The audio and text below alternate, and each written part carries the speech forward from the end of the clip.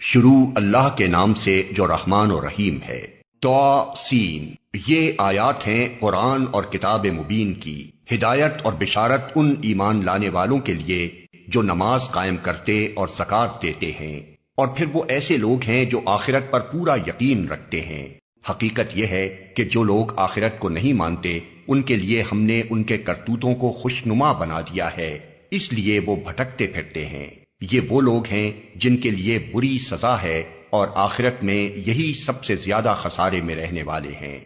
اور اے محمد، بلا شبہ تم یہ قرآن ایک حکیم و علیم ہستی کی طرف سے پا رہے ہو۔ انہیں اس وقت کا قصہ سناؤ جب موسیٰ نے اپنے گھر والوں سے کہا کہ مجھے ایک آگ سی نظر آئی ہے، میں ابھی یا تو وہاں سے کوئی خبر لے کر آتا ہوں یا کوئی انگارہ چن لاتا ہوں تاکہ تم لوگ گرم ہو سکو۔ وہاں جو پہنچا تو ندا آئی کہ مبارک ہے وہ جو اس آگ میں ہے اور جو اس کے ماحول میں ہے، پاک ہے اللہ سب جہان والوں کا پروردگار۔ اے موسیٰ، یہ میں ہوں اللہ زبردست اور دانا، اور پھینک تو ذرا اپنی لاٹھی۔ جو ہی کہ موسیٰ نے دیکھا لاٹھی سانپ کی طرح بل کھا رہی ہے تو پیٹھ پھیر کر بھاگا اور پیچھے مڑ کر بھی نہ دیکھا۔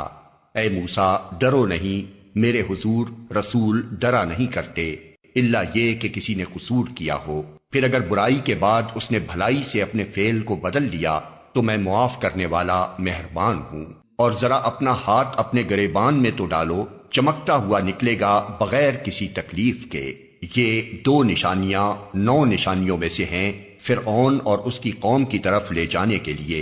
وہ بڑے بد کردار لوگ ہیں۔ مگر جب ہماری کھلی کھلی نشانیاں ان لوگوں کے سامنے آئیں تو انہوں نے کہا یہ تو کھلا جادو ہے۔ انہوں نے سراسر ظلم اور غرور کی راہ سے ان نشانیوں کا انکار کیا، حالانکہ دل ان کے قائل ہو چکے تھے۔ اب دیکھ لو کہ ان مفسدوں کا انجام کیسا ہوا۔ دوسری طرف ہم نے داؤد و سلیمان کو علم عطا کیا، اور انہوں نے کہا کہ شکر ہے اس خدا کا جس نے ہم کو اپنے بہت سے مومن بندوں پر فضیلت عطا کی۔ اور داؤد کا وارث سلیمان ہوا۔ اور اس نے کہا لوگو، ہمیں پرندوں کی بولیاں سکھائی گئی ہیں اور ہمیں ہر طرح کی چیزیں دی گئی ہیں، بے شک یہ اللہ کا نمایاں فضل ہے۔ سلیمان کے لیے جن اور انسانوں اور پرندوں کے لشکر جمع کیے گئے تھے اور وہ پورے ضبط میں رکھے جاتے تھے۔ ایک مرتبہ وہ ان کے ساتھ کوچ کر رہا تھا، یہاں تک کہ جب یہ سب چیونٹیوں کی وادی میں پہنچے تو ایک چیونٹی نے کہا اے چیونٹیوں، اپنے بلوں میں گھس جاؤ، کہیں ایسا نہ ہو کہ سلیمان اور اس کے لشکر تمہیں کچل ڈالیں اور انہیں خبر بھی نہ ہو۔ سلیمان اس کی بات پر مسکراتے ہوئے ہنس پڑا اور بولا اے میرے رب، مجھے قابو میں رکھ کہ میں تیرے احسان کا شکر ادا کرتا رہوں جو تو نے مجھ پر اور میرے والدین پر کیا ہے، اور ایسا عمل صالح کروں جو تجھے پسند آئے، اور اپنی رحمت سے مجھ کو اپنے صالح بندوں میں داخل کر۔ ایک اور موقع پر سلیمان نے پرندوں کا جائزہ لیا اور کہا کیا بات ہے کہ میں فلاں ہدہد کو نہیں دیکھ رہا ہوں، کیا وہ کہیں غائب ہو گیا ہے؟ میں اسے سخت سزا دوں گا یا ذبح کر دوں گا، ورنہ اسے میرے سامنے معقول وجہ پیش کرنی ہوگی۔ کچھ زیادہ دیر نہ گزری تھی کہ اس نے آ کر کہا میں نے وہ معلومات حاصل کی ہیں جو آپ کے علم میں نہیں ہیں۔ میں سبا کے متعلق یقینی اطلاع لے کر آیا ہوں۔ میں نے وہاں ایک عورت دیکھی جو اس قوم کی حکمراں ہے، اس کو ہر طرح کا سر و سامان بخشا گیا ہے اور اس کا تخت بڑا عظیم الشان ہے۔ آیت سجدہ۔ میں نے دیکھا کہ وہ اور اس کی قوم اللہ کی بجائے سورج کے آگے سجدہ کرتی ہے۔ شیطان نے ان کے اعمال ان کے لیے خوشنما بنا دیے اور انہیں شاہراہ سے روک دیا، اس وجہ سے وہ یہ سیدھا راستہ نہیں پاتے کہ اس خدا کو سجدہ کریں جو آسمانوں اور زمین کی پوشیدہ چیزیں نکالتا ہے، اور وہ سب کچھ جانتا ہے جسے تم لوگ چھپاتے اور ظاہر کرتے ہو۔ اللہ کے جس کے سوا کوئی مستحق عبادت نہیں، جو عرش عظیم کا مالک ہے۔ سلیمان نے کہا ابھی ہم دیکھے لیتے ہیں کہ تو نے سچ کہا ہے یا تو جھوٹ بولنے والوں میں سے ہے۔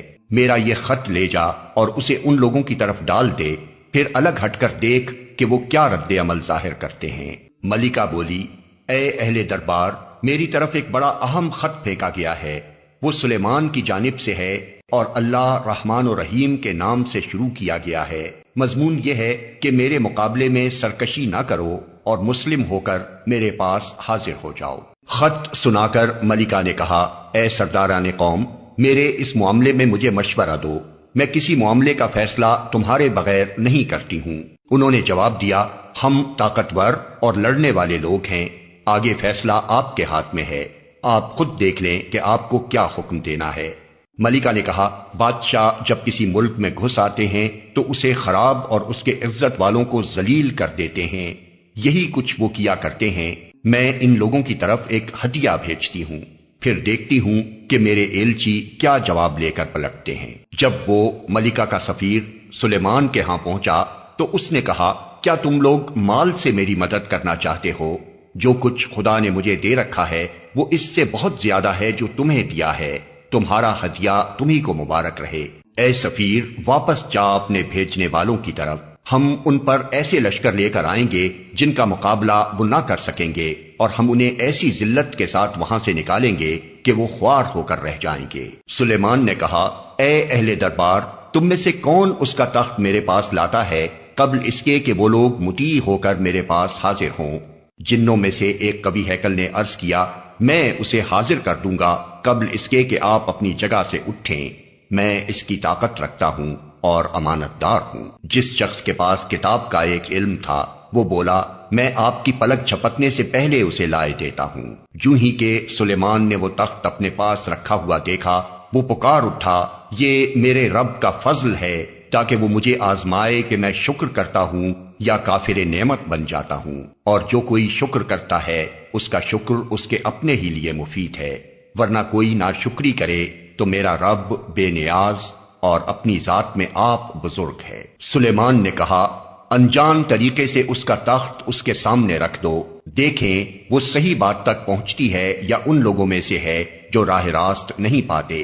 ملکہ جب حاضر ہوئی تو اس سے کہا گیا، کیا تیرا تخت ایسا ہی ہے؟ وہ کہنے لگی، یہ تو گویا وہی ہے، ہم تو پہلے ہی جان گئے تھے اور ہم نے سر اطاعت جھکا دیا تھا، یا ہم مسلم ہو چکے تھے۔ اس کو ایمان لانے سے جس چیز نے روک رکھا تھا وہ ان معبودوں کی عبادت تھی جنہیں وہ اللہ کے سوا پوجتی تھی، کیونکہ وہ ایک کافر قوم سے تھی۔ اس سے کہا گیا کہ محل میں داخل ہو۔ اس نے جو دیکھا تو سمجھی کہ پانی کا حوض ہے، اور اترنے کے لیے اس نے اپنے پائنچے اٹھا لیے۔ سلیمان نے کہا، یہ شیشے کا چکنا فرش ہے۔ اس پر وہ پکار اٹھی، اے میرے رب، آج تک میں اپنے نفس پر بڑا ظلم کرتی رہی، اور اب میں نے سلیمان کے ساتھ اللہ رب العالمین کی اطاعت قبول کر لی۔ اور سمود کی طرف ہم نے ان کے بھائی صالح کو یہ پیغام دے کر بھیجا کہ اللہ کی بندگی کرو، تو یکا یک وہ دو متخاصم فریق بن گئے۔ صالح نے کہا، اے میری قوم کے لوگو، بھلائی سے پہلے برائی کے لیے کیوں جلدی مچاتے ہو؟ کیوں نہیں اللہ سے مغفرت طلب کرتے، شاید کہ تم پر رحم فرمایا جائے۔ انہوں نے کہا، ہم نے تو تم کو اور تمہارے ساتھیوں کو بدشگونی کا نشان پایا ہے۔ صالح نے جواب دیا، تمہارے نیک و بد شگون کا سر رشتہ تو اللہ کے پاس ہے، اصل بات یہ ہے کہ تم لوگوں کی آزمائش ہو رہی ہے۔ اس شہر میں 9 جتھے دار تھے جو ملک میں فساد پھیلاتے اور کوئی اصلاح کا کام نہ کرتے تھے۔ انہوں نے آپس میں کہا، خدا کی قسم کھا کر عہد کر لو کہ ہم صالح اور اس کے گھر والوں پر شبخون ماریں گے، اور پھر اس کے ولی سے کہہ دیں گے کہ ہم اس کے خاندان کی ہلاکت کے موقع پر موجود نہ تھے، ہم بالکل سچ کہتے ہیں۔ یہ چال تو وہ چلے، اور پھر ایک چال ہم نے چلی جس کی انہیں خبر نہ تھی۔ اب دیکھ لو کہ ان کی چال کا انجام کیا ہوا، ہم نے تباہ کر کے رکھ دیا ان کو اور ان کی پوری قوم کو، وہ ان کے گھر خالی پڑے ہیں اس ظلم کی پاداش میں جو وہ کرتے تھے۔ اس میں ایک نشان عبرت ہے ان لوگوں کے لیے جو علم رکھتے ہیں۔ اور بچا لیا ہم نے ان لوگوں کو جو ایمان لائے تھے اور نافرمانی سے پرہیز کرتے تھے۔ اور لوط کو ہم نے بھیجا، یاد کرو وہ وقت جب اس نے اپنی قوم سے کہا، کیا تم آنکھوں دیکھے بدکاری کرتے ہو؟ کیا تمہارا یہی چلن ہے کہ عورتوں کو چھوڑ کر مردوں کے پاس شہوت رانی کے لیے جاتے ہو؟ حقیقت یہ ہے کہ تم لوگ سخت جہالت کا کام کرتے ہو۔ مگر اس کی قوم کا جواب اس کے سوا کچھ نہ تھا کہ انہوں نے کہا، نکال دو لوط کے گھر والوں کو اپنی بستی سے، یہ بڑے پاک باز بنتے ہیں۔ آخر کار ہم نے بچا لیا اس کو اور اس کے گھر والوں کو، بجز اس کی بیوی کے جس کا پیچھے رہ جانا ہم نے طے کر دیا تھا۔ اور برسائی ان لوگوں پر ایک برسات، بہت ہی بری برسات تھی وہ ان لوگوں کے حق میں جو متنبع کیے جا چکے تھے۔ اے نبی، کہو حمد ہے اللہ کے لیے اور سلام ہے اس کے ان بندوں پر جنہیں اس نے برگزیدہ کیا۔ ان سے پوچھو، اللہ بہتر ہے یا وہ معبود جنہیں یہ لوگ اس کا شریک بنا رہے ہیں۔ بھلا وہ کون ہے جس نے آسمانوں اور زمین کو پیدا کیا اور تمہارے لیے آسمان سے پانی برسایا، پھر اس کے ذریعے سے وہ خوشنما باغ اگائے جن کے درختوں کا اگانا تمہارے بس میں نہ تھا؟ کیا اللہ کے ساتھ کوئی دوسرا خدا بھی ان کاموں میں شریک ہے؟ نہیں، بلکہ یہی لوگ راہ راست سے ہٹ کر چلے جا رہے ہیں۔ اور وہ کون ہے جس نے زمین کو جائے قرار بنایا اور اس کے اندر دریا رواں کیے اور اس میں پہاڑوں کی میخیں گاڑ دیں اور پانی کے دو ذخیروں کے درمیان پردے حائل کر دیے؟ کیا اللہ کے ساتھ کوئی اور خدا بھی ان کاموں میں شریک ہے؟ نہیں، بلکہ ان میں سے اکثر لوگ نادان ہیں۔ کون ہے جو بے قرار کی دعا سنتا ہے جبکہ وہ اسے پکارے، اور کون اس کی تکلیف رفع کرتا ہے، اور کون ہے جو تمہیں زمین کا خلیفہ بناتا ہے؟ کیا اللہ کے ساتھ کوئی اور خدا بھی یہ کام کرنے والا ہے؟ تم لوگ کم ہی سوچتے ہو۔ اور وہ کون ہے جو خشکی اور سمندر کی تاریکیوں میں تم کو راستہ دکھاتا ہے، اور کون اپنی رحمت کے آگے ہواؤں کو خوشخبری لے کر بھیجتا ہے؟ کیا اللہ کے ساتھ کوئی دوسرا خدا بھی یہ کام کرتا ہے؟ بہت بالا و برتر ہے اللہ اس شرک سے جو یہ لوگ کرتے ہیں۔ اور وہ کون ہے جو خلق کی ابتدا کرتا ہے اور پھر اس کا اعادہ کرتا ہے؟ اور کون تم کو آسمان اور زمین سے رزق دیتا ہے؟ کیا اللہ کے ساتھ کوئی اور خدا بھی ان کاموں میں حصے دار ہے؟ کہو کہ لاؤ اپنی دلیل اگر تم سچے ہو۔ ان سے کہو اللہ کے سوا آسمانوں اور زمین میں کوئی غیب کا علم نہیں رکھتا، اور وہ نہیں جانتے کہ کب وہ اٹھائے جائیں گے، بلکہ آخرت کا تو علم ہی ان لوگوں سے گم ہو گیا ہے، بلکہ یہ اس کی طرف سے شک میں ہیں، بلکہ یہ اس سے اندھے ہیں۔ یہ منکرین کہتے ہیں کیا جب ہم اور ہمارے باپ دادا مٹی ہو چکے ہوں گے تو ہمیں واقعی قبروں سے نکالا جائے گا؟ یہ خبریں ہم کو بھی بہت دی گئی ہیں اور پہلے ہمارے آباء و اجداد کو بھی دی جاتی رہی ہیں، مگر یہ بس افسانے ہی افسانے ہیں جو اگلے وقتوں سے سنتے چلے آ رہے ہیں۔ کہو ذرا زمین میں چل پھر کر دیکھو کہ مجرموں کا کیا انجام ہو چکا ہے۔ اے نبی، ان کے حال پر رنج نہ کرو اور نہ ان کی چالوں پر دل تنگ ہو۔ وہ کہتے ہیں کہ یہ دھمکی کب پوری ہوگی اگر تم سچے ہو؟ کہو کیا عجب کہ جس عذاب کے لیے تم جلدی مچا رہے ہو اس کا ایک حصہ تمہارے قریب ہی آ لگا ہو۔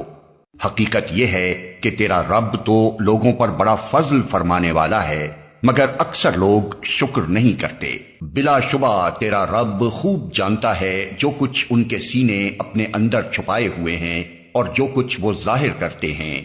آسمان و زمین کی کوئی پوشیدہ چیز ایسی نہیں ہے جو ایک واضح کتاب میں لکھی ہوئی موجود نہ ہو۔ یہ واقعہ ہے کہ یہ قرآن بنی اسرائیل کو اکثر ان باتوں کی حقیقت بتاتا ہے جن میں وہ اختلاف رکھتے ہیں، اور یہ ہدایت اور رحمت ہے ایمان لانے والوں کے لیے۔ یقیناً اسی طرح تیرا رب ان لوگوں کے درمیان بھی اپنے حکم سے فیصلہ کر دے گا، اور وہ زبردست اور سب کچھ جاننے والا ہے۔ بس اے نبی، اللہ پر بھروسہ رکھو، یقیناً تم صریح حق پر ہو۔ تم مردوں کو نہیں سنا سکتے، نہ ان بہروں تک اپنی پکار پہنچا سکتے ہو جو پیٹ پھیر کر بھاگے جا رہے ہوں، اور نہ اندھوں کو راستہ بتا کر بھٹکنے سے بچا سکتے ہو۔ تم تو اپنی بات انہی لوگوں کو سنا سکتے ہو جو ہماری آیات پر ایمان لاتے ہیں اور پھر فرما بردار بن جاتے ہیں۔ اور جب ہماری بات پوری ہونے کا وقت ان پر آ پہنچے گا تو ہم ان کے لیے ایک جانور زمین سے نکالیں گے جو ان سے کلام کرے گا کہ لوگ ہماری آیات پر یقین نہیں کرتے تھے۔ اور ذرا تصور کرو اس دن کا جب ہم ہر امت میں سے ایک فوج کی فوج ان لوگوں کی گھیر لائیں گے جو ہماری آیات کو جھٹلایا کرتے تھے، پھر ان کو ان کی اقسام کے لحاظ سے درجہ بدرجہ مرتب کیا جائے گا، یہاں تک کہ جب سب آ جائیں گے تو ان کا رب ان سے پوچھے گا کہ تم نے میری آیات کو جھٹلا دیا حالانکہ تم نے ان کا علمی احاطہ نہ کیا تھا۔ اگر یہ نہیں تو اور تم کیا کر رہے تھے؟ اور ان کے ظلم کی وجہ سے عذاب کا وعدہ ان پر پورا ہو جائے گا، تب وہ کچھ بھی نہ بول سکیں گے۔ کیا ان کو سجھائی نہ دیتا تھا کہ ہم نے رات ان کے لیے سکون حاصل کرنے کو بنائی تھی اور دن کو روشن کیا تھا؟ اسی میں بہت نشانیاں تھیں ان لوگوں کے لیے جو ایمان لاتے تھے۔